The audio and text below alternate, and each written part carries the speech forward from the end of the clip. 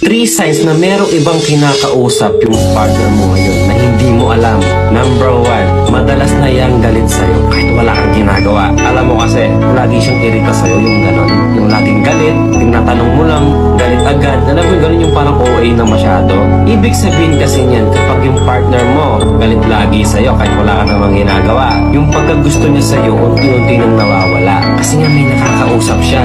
Ganon yan. Pangalawa, hindi na yan mapag-update. Diyan mahalata mo talaga yun pagka hindi na pala update. Ibig sabihin, meron ng ibang ina-update yan kaysa sa'yo. Nangyayari yan na sa totoong buhay at maraming ganyan case. Dati pala update, ngayon lumilipas yung panahon, yung buwan na magkarelasyon kayo kasi hindi na nag-update at mataas ang tsansa na merong kinakausap yan o nalilibang sa ibang tao yan o sa ibang bagay. Totoo yan, pagka yung partner mo hindi na pala update kasi alam mo yung pag-update, napakasimple yan. Simpleng-simple yan.